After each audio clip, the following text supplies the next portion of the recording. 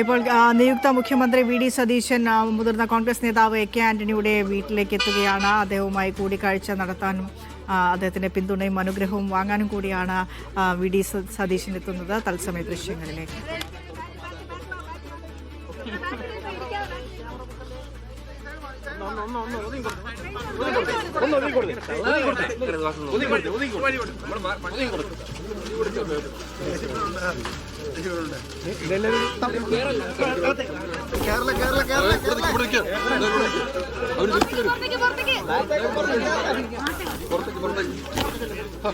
ബഹളം കൂട്ടാവും. നമ്മൾ ബഹളം കൂട്ടി അവർ പുറത്ത് വരികയല്ലോ. ആർ ബി സനോബുണ്ട് വിശദാംശങ്ങളുമായി. സനോബ്, ഒരു ഘട്ടത്തിൽ എ കെ ആന്റണിയുടെ നിലപാടാണ് വി ഡി സതീശൻ എന്ന പേരിലേക്ക് നിർണായക തീരുമാനത്തിലേക്ക് ഹൈക്കമാൻഡിനെ എത്തിച്ചത്. കെ സി വേണുഗോപാലിന്റെ പേര് ഉയർന്നുകെട്ട ഒരു സാഹചര്യത്തിൽ സോണിയാഗാന്ധി എ കെ ആന്റണിയെ വിളിക്കുന്നു. അതിനുശേഷം എ കെ ആന്റണിയുടെ നിലപാട് ചോദിക്കുന്നു. ഇന്നലെ എ കെ ആന്റണി അത് മാധ്യമപ്രവർത്തകരോട് പറയുകയും ചെയ്തിരുന്നു.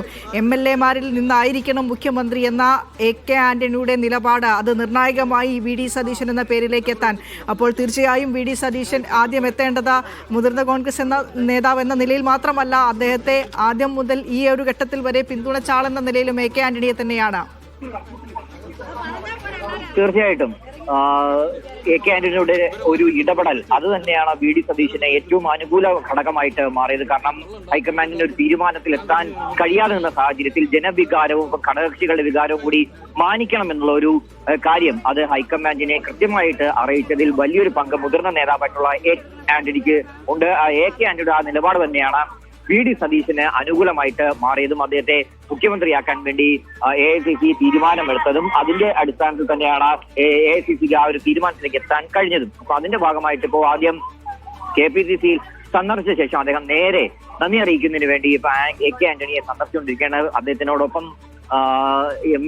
MLA-മായിട്ടുള്ള VT ബൽറാം, അതേപോലെ തന്നെ മുഹമ്മദ് ഷിയാസ്, അദ്ദേഹത്തിന്റെ ഏറ്റവും അടുത്ത അനുയായികൾ തന്നെയാണ് മുഹമ്മദ് ഷിയാസ്, M ലിജു ഉൾപ്പെടെയുള്ളവർ ഉണ്ട്. അതേപോലെ കൊടിക്കുന്ന് സുരേഷ് MP-യും ഇവിടേക്ക് എത്തിയിട്ടുണ്ട്. ഇപ്പോ വി ഡി സതീശൻ അകത്ത്, ബാക്കിയുള്ളവരെല്ലാവരും പുറത്തേക്ക്. വി ഡി സതീശനും എ കെ ആന്റണിയും ഇരുന്ന് കൂടിക്കാഴ്ച നടത്തുകയാണ്. എന്തായാലും അദ്ദേഹം തീർച്ചയായിട്ടും അദ്ദേഹത്തിന്റെ ആ ഒരു നന്ദി സൂചിപ്പിക്കുന്ന കാര്യത്തിൽ ഒരു സംശയവുമില്ല. കാരണം ഇത്രയും വലിയൊരു അനുകൂലമായിട്ടുള്ള ഒരു നടപടി വി ഡി സതീശന് വേണ്ടി എടുത്തത് മുതിർന്ന നേതാവായിട്ടുള്ള എ കെ ആന്റണി തന്നെയാണ്. അപ്പൊ ആ ഒരു കൂടിക്കാഴ്ച, നിർണായകമായിട്ടുള്ള ഒരു കൂടിക്കാഴ്ച തന്നെയാണ് ഇപ്പോൾ നടന്നുകൊണ്ടിരിക്കുന്നത്. ഇതിന് ശേഷമായിരിക്കും 4 മണിക്കുള്ള കോൺഗ്രസ് പാർലമെന്ററി കമ്മിറ്റി യോഗത്തിലേക്ക് വി ഡി സതീശൻ ഇവിടെ നിന്ന് മടങ്ങുക.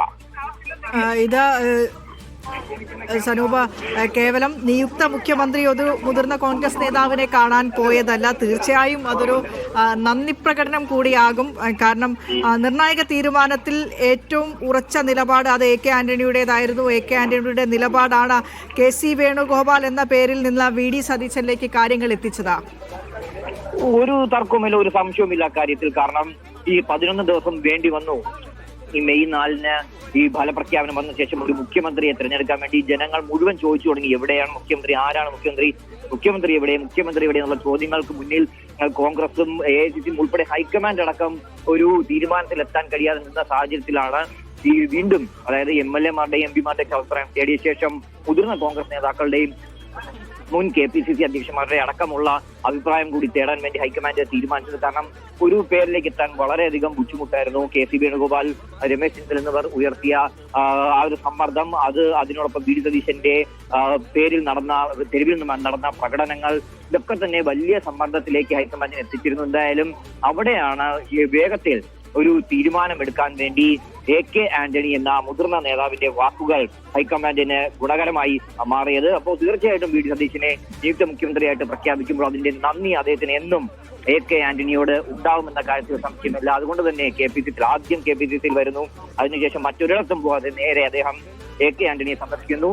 അതിനോടൊപ്പം നിയുക്ത MLA-മാരും കൊടിക്കുന്ന് സുരേഷ് MP ഒക്കെ തന്നെ ഉണ്ടായിരുന്നെങ്കിൽ പോലും ഇപ്പോൾ അവരെല്ലാം തന്നെ പുറത്തിറക്കിയ ശേഷം അവർ മാത്രമായിട്ട് എ കെ ആന്റണിയും വി ഡി സതീശനും മാത്രമായിട്ട് ഇപ്പോൾ കൂടിക്കാഴ്ച നടത്തിയാണ്. 13ാമത്തെ മുഖ്യമന്ത്രിയായിട്ട് അദ്ദേഹം സത്യപ്രതിജ്ഞ ചെയ്യുന്നതിന് മുമ്പ് കോൺഗ്രസിന്റെ ഏറ്റവും മുതിർന്ന നേതാവ്, അതിലുപരി തനിക്ക് വേണ്ടി നിലപാടെടുത്ത എ കെ ആന്റണിയെ കാണാൻ വേണ്ടി അദ്ദേഹം തിരികുകയാണ് കേരളത്തിന്റെ നിയുക്ത മുഖ്യമന്ത്രി വി ഡി സതീശൻ. എന്തായാലും അവർ തമ്മിലുള്ള കൂടിക്കാഴ്ച ഇപ്പോൾ ആരംഭിച്ചിട്ടുണ്ട്. സനൂപ, ആവേശം അത് അത്യന്തം ആവേശത്തിലായിരുന്നു V D Satheesan camp, V D Satheesan അണികൾ, വി ഡി സതീശൻ അനുകൂല പ്രവർത്തകർ. ഇന്ന് രാവിലെ മുതൽ KPCC ആസ്ഥാനത്തേക്ക് എത്തിയപ്പോഴും നിയുക്ത പല MLA-മാരും വി ഡി സതീശനൊപ്പം ഉണ്ടായിരുന്നു. നിലവിലും അദ്ദേഹത്തിനൊപ്പം AK ആന്റണിയെ കാണാനെത്തുമ്പോഴും കൂടെ ഉണ്ടായിരുന്നവർ ഇപ്പോഴും ഉണ്ട്. അതായത് KPCC ആസ്ഥാനത്തേക്ക് എത്തിയവർ നേരത്തെ തന്നെ വി ഡി സതീശന് വേണ്ടി നിലപാടെടുത്ത MLA-മാരെല്ലാം തന്നെ അദ്ദേഹത്തിനൊപ്പം AK ആന്റണിയുടെ വസതിയിലേക്കും എത്തിയിട്ടുണ്ടല്ലേ? ഒപ്പം ഉണ്ടായിരുന്നത് മുഹമ്മദ് ഷിയാസ്, അതേപോലെ BT ബൽറാം, M ലിജു എന്നീ നിയുക്ത MLA-മാർ, അതിനോടൊപ്പം കൊടിക്കുന്ന് സുരേഷ് MP എത്തിയത്. പക്ഷേ ഇപ്പൊ കൂടിക്കാഴ്ച നടക്കുമ്പോൾ ഇവരെല്ലാം തന്നെ പുറത്താണ്. പകരം വി ഡി സതീശനും AK ആന്റണിയും മാത്രമാണ് ഇപ്പോൾ കൂടിക്കാഴ്ച നടന്നത്. കൂടെ വന്നവരെല്ലാം പുറത്താണ്. AK ആന്റണിയും വി ഡി സതീശനും കൂടിക്കാഴ്ച നടത്തുകയാണ്. അല്പസമയത്തിനകം തന്നെ കൂടിക്കാഴ്ചയ്ക്ക് ശേഷം നിയമസഭാ മന്ദിരത്തിലേക്ക് നിയുക്ത മുഖ്യമന്ത്രി വി ഡി സതീശൻ പോകും. ഇറങ്ങേണ്ടതുണ്ട്. 4 മണിക്ക് അവിടെ യോഗം നിശ്ചയിച്ചിരിക്കുകയാണ്.